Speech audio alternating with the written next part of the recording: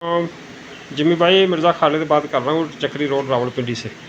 अच्छा, ये इस तरह है कि आज मैंने इनका पिंजरों से इनको निकाला है। ये पिंजरे साइड पे खड़े कर दिए, नीचे रेत डाल के तो पानी छिड़का है। तो अब ये मज़े से बैठे हुए हैं।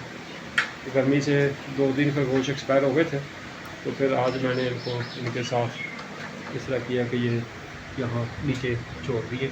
इसके नीचे फील्ड के नीचे भी छुप के बैठे हुए हैं, सारे ठंडी जगह पे लेटे हुए। अब इस तरह ये फीड बॉक्स भी लगा दिए,